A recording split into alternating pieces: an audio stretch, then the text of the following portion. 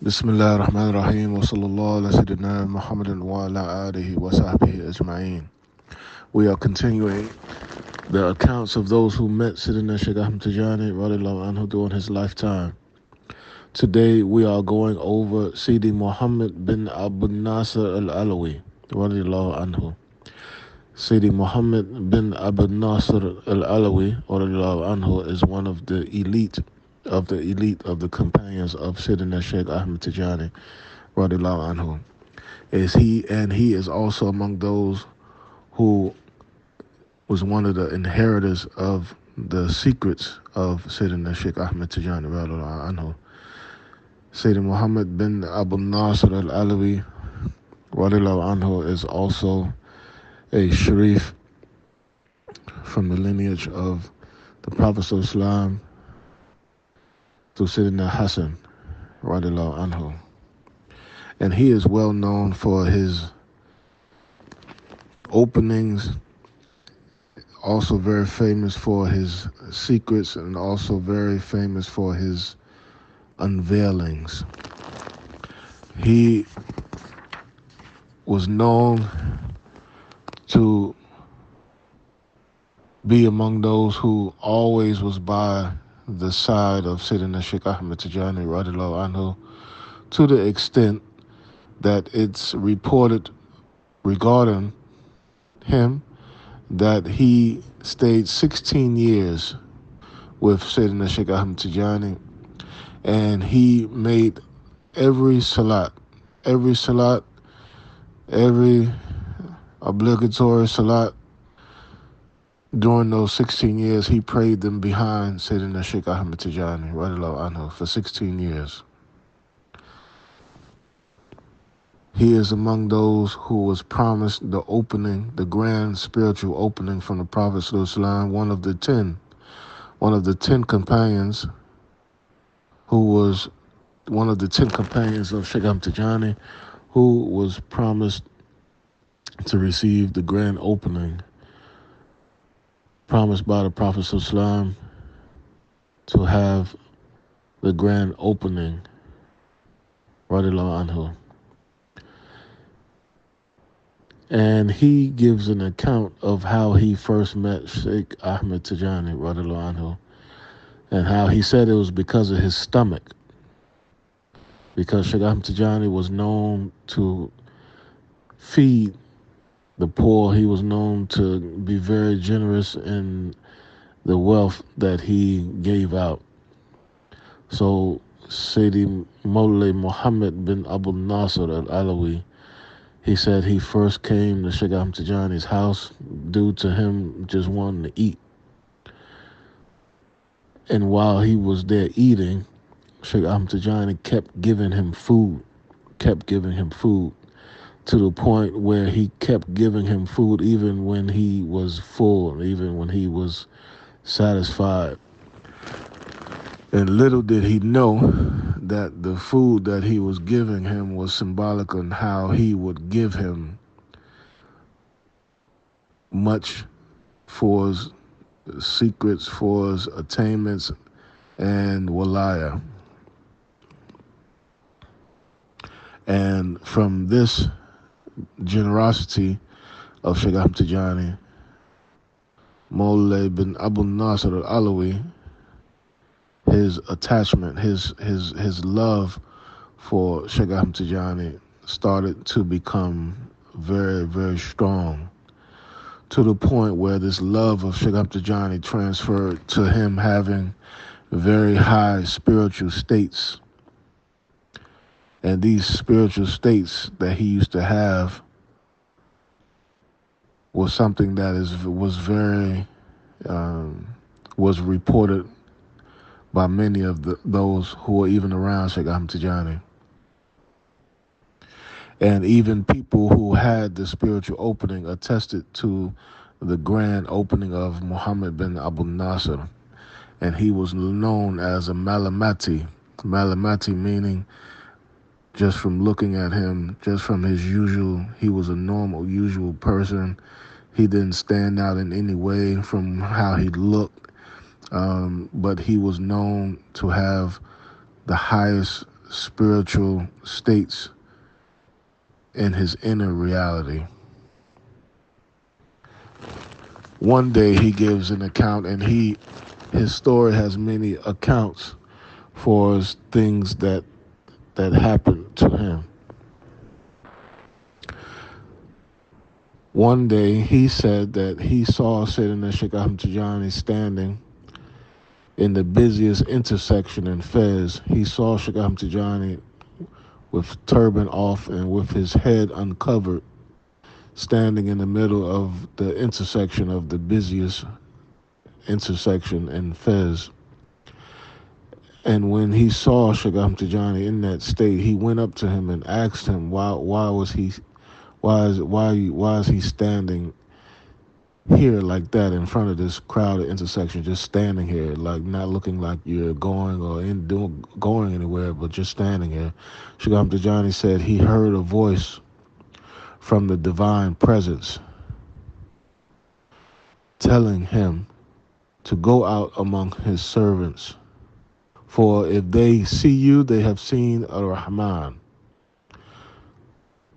He heard a voice from the divine presence tell him that to go out among his servants, for whoever seen his face has seen mercy itself. And that's why he was standing there at that intersection. He was known, or even though he was known for his great spiritual states, Mawlay Muhammad bin Abu Nasr, his son Mawlay Tahir, reports that one day his father just started going in the bathroom and cleaning toilets. He just started cleaning. He went in that area and started cleaning the drains and the toilets.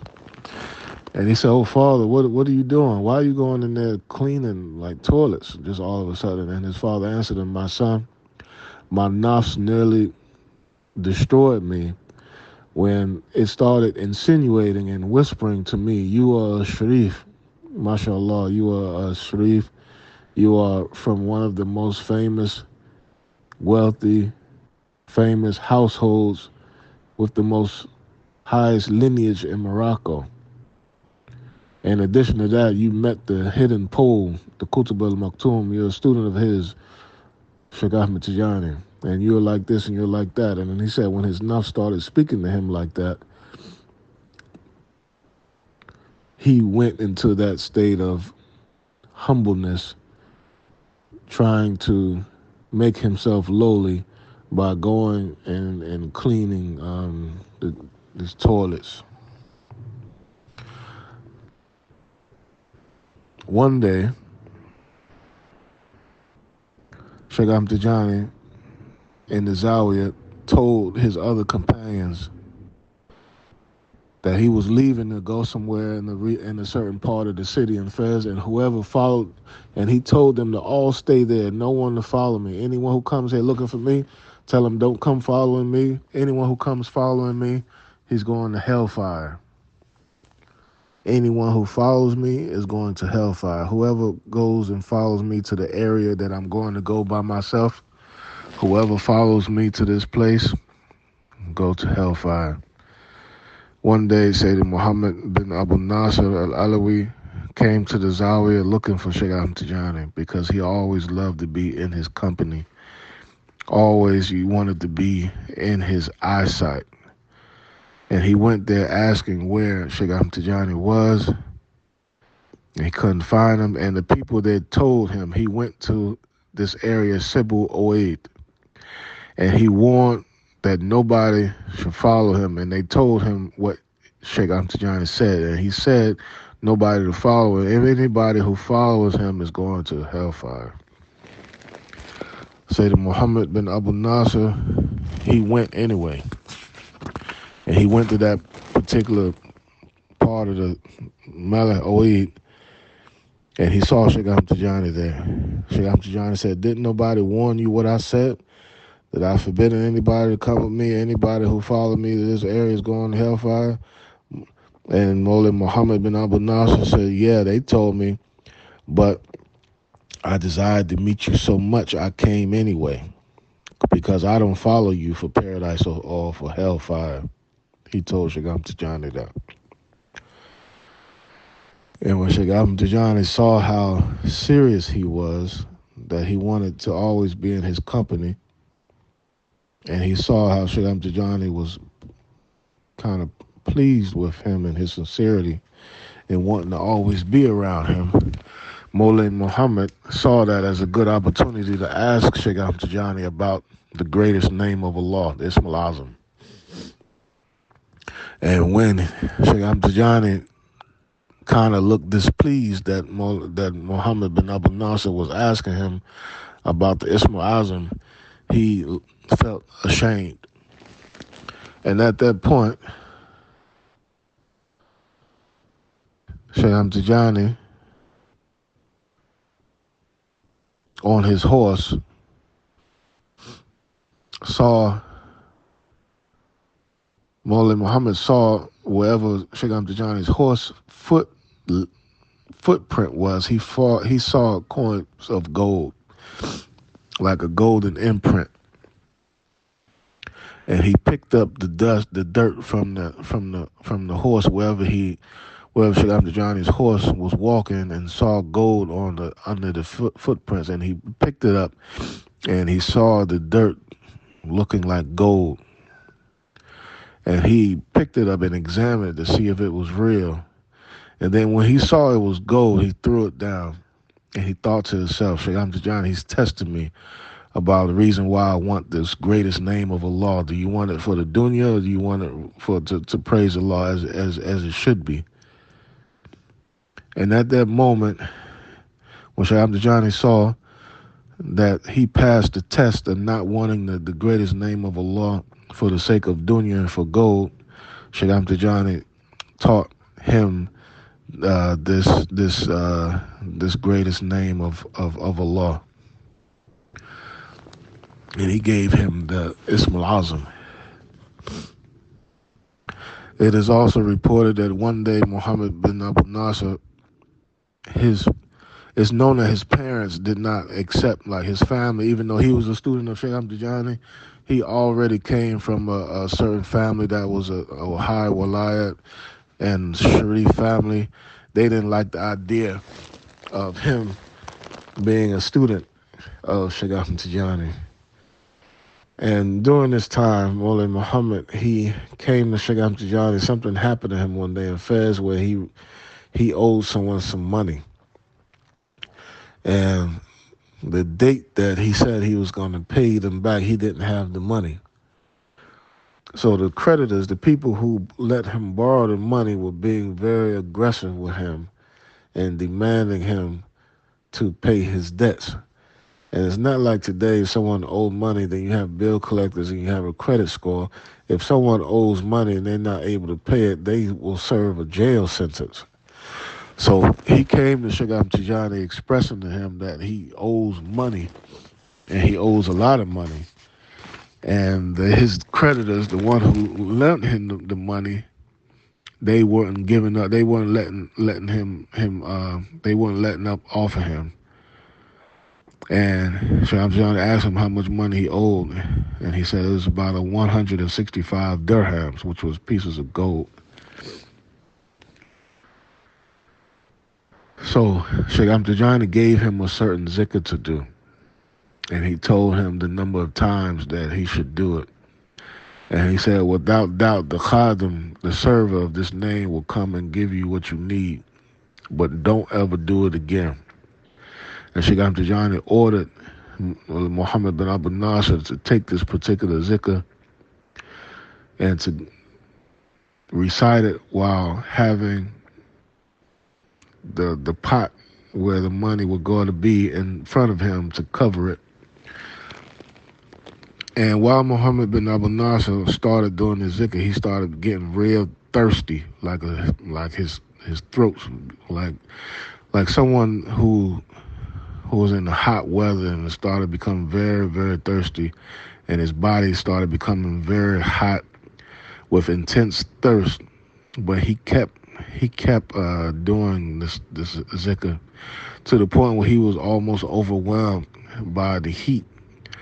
And he used to have to drink water while doing this zikr more than usual just to be able to perform it. After finishing the zikr, he, through the blessings of the zikr that Shaykh Ahmad Tijani gave him and through his barakah, he found more than 1,500 dirhams. So he owed 165, but when he lifted after doing the zikr, he had more than 1,000 dirham, and he was able to repay his debt. So the khadim, the server of this particular name, brought him everything he needed for the debt, but he was ordered not to do this zikr again. Another thing that happened with Mawlay Muhammad bin Abu Nasr is that his father, he sold a share of his father's inheritance, and he gave some money to a merchant that was in Fez. And he gave the merchant some money with the intention that the merchant would give him some products that was arriving the day after. But the products that he was looking for never really came, to the point where the merchant ended up moving, going back to his home country. The merchant was from Sudan, and this is in Fez. And the merchant ended up having to move back to his home country for whatever reason. And Mawlay Muhammad bin Abu Nasr didn't get his materials back. He didn't get his products. So he spent his money but didn't get his product. So when he told Shaykh Ahmad Tijani about this, like what happened, how he gave this merchant a lot of money, and the merchant moved away without paying him back, without giving his product, Shaykh Ahmad Tijani told him about the situation, calm down, and he told him to go to such and such house. Go to this house, which is on the end of this particular road in Fez. Go to this road and go to that house and knock on that door, and the man who took your money, he's going to open it and give you back the money he owes you. And Muhammad bin Abu Nasr did exactly what Shaykh Ahmad Tijani had told him. He went to this particular road in Fez, went to that particular house he was told to go to, knocked on the door, and when he did that, the merchant came out, reimbursed him everything he owed, and also gave him 2 servants to make up for like what he owed him, like 2 servants. And when the other creditors heard this, because there was other people who, I guess they put in money in order to buy something from this merchant. When the other people who went in on this heard this exact news, they asked Mawlay Muhammad to show him where he found the house. And he told them the same thing Shaykh Ahmad Tijani said to him. It's at this particular road in Fez, at this particular house. They knock on the door. But when they went there, and they went on this road, there was no house there on that road. There was no such house there on that road. So that was one of the karama that happened between him and Shaykh Ahmad Tijani. And he was known, when he received his particular opening, it's known that during the time of Shaykh Ahmad Tijani, if any of his companions had the grand opening, they were ordered to leave where he was. They could not reside in the same residence or the same area where Shaykh Ahmad Tijani resided if they had their spiritual opening. When Mawlay Muhammad bin Abu Nasr, when he reached his opening, Shaykh Ahmad Tijani ordered him that you have to leave. You have to leave. You can't stay in the area where I am. And out of the love and attachment that he had to Shaykh Ahmad Tijani, he told Shaykh Ahmad Tijani, I am not leaving. I am not leaving where you are. I'll forever be where you are. And Shaykh Ahmad Tijani told him, well, if you do stay, I fear for you, and your grave will be like a trash area. Like it won't be, you won't be respected and venerated, it won't be in a place where people will be able to come visit and pray for you. And he said, okay. Until this day, the particular area where Muhammad bin Nasr's grave is was treated like a dumpster area for the inhabitants of Fez. Up until today, where just recently, that place has been renovated. It's been cleaned out, and it is now a place where people can visit. And his grave is marked in Fez. But he was one of those who were determined to always be around Shaykh Ahmad Tijani, radiallahu anhu. And when he received his opening, he was known to have many great unveilings and many great karamas attributed to him. And it is said that after going and being in the Zawiya, many of the companions of Shaykh Ahmad Tijani would be in the Zawiya speaking about the various things. And he said something. He said he has inherited the station of Harazim. He has inherited the station of Harazim. If you go back to the biography of Sidi Ali Harazim, Shaykh Ahmad Tijani said about Sidi Ali Harazim that whatever arrives from me comes through the mediation of Harazim. Some people believe that Harazim is the man, Sidi Ali Harazim, and it belongs to him, for dunya wa akhir. And some believe that this is a particular maqam known as Harazim. In the Tariqa Tijaniya, amongst the Tijanis, after Shaykh Ahmad Tijani, some are under the opinion that there is a maqam called Harazim, the Khalifa of Shaykh Ahmad Tijani. And Mawla Muhammad bin Abu Nasr, he said that one day, I have inherited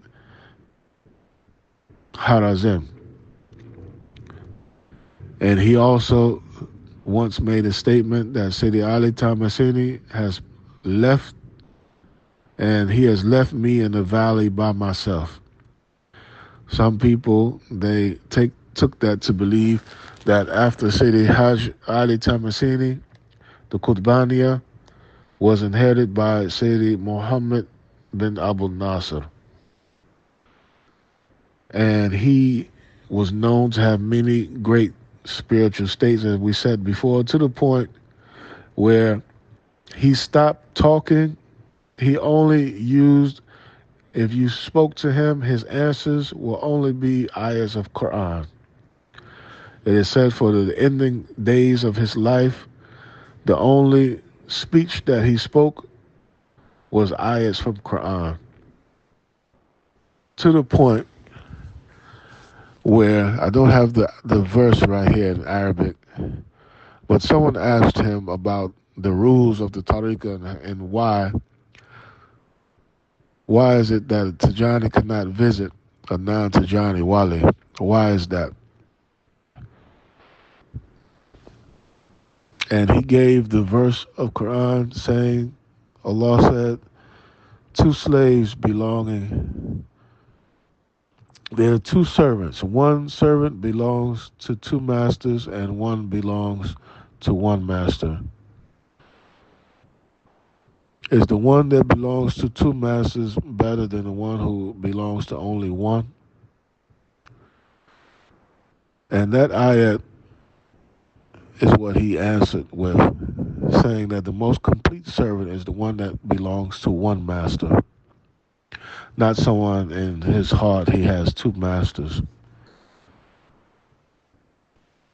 So Mawla Muhammad bin Abu Nasr also, he used to go through states where almost like a coma, where he would be in like a spiritual coma for like weeks at a time. And he would come out of that coma for some time and then go back into this like spiritual state comas. And also, we knew of his being a sharif, and he says that one day he didn't really necessarily give that full belief that he was a sharif until Shaykh Ahmad Tijani told him. To where one day he was passing by a garden and he asked Shaykh Ahmad Tijani, he said, Sheikh, my father is buried in this garden. Can you please make dua for him? And Shaykh Ahmad Tijani said, your father is a sharif, so he's fine. And from that day, he therefore believed that he was a sharif. Also, there's something that happened where whenever people during that time looked for someone who had the ability of kashf to be able to see from the unseen, they would find Mawlay Muhammad bin Abu Nasr for this particular reason. And his unveilings was known to be true, to even where people wanted to know about what would happen with Sidi Muhammad Habib, the son of Shaykh Ahmad Tijani, who during that time the Turks were marching against Ain Mahdi. And they surrounded Ain Mahdi, and one of the travelers came to Fez looking for someone to ask dua and to get advice on what would happen with Sayyid Muhammad Habib and Ain Mahdi being surrounded and approached by this particular Turkish army. And when they went to Fez, they wanted to know about what would happen with this event without telling someone the reason what they were asking for. So the man who they found was Muhammad bin Abu Nasr, who told them the reason why they came. You want to know about Ain Mahdi? Just know that Ain Mahdi will be fine. Say that Muhammad Habib will be well and he will have children. And he told them everything they needed to know without them revealing why they came. So the states of this particular companion of Shaykh Ahmad Tijani are very, very well known. And his grave is now in Fez, in an area that could be visited. This is the story of Mawlay Muhammad bin Abu Nasr al-Alawi, radiallahu anhu. اللهم صل على سيدنا محمد الفاتح لما أغلق والخاتم لما سبق ناصر الحق بالحق والهادي إلى صراطك المستقيم وعلى آله حق قدره ومقداره العظيم. سبحان ربك رب العزة عما يصفون وسلام على المرسلين والحمد لله رب العالمين.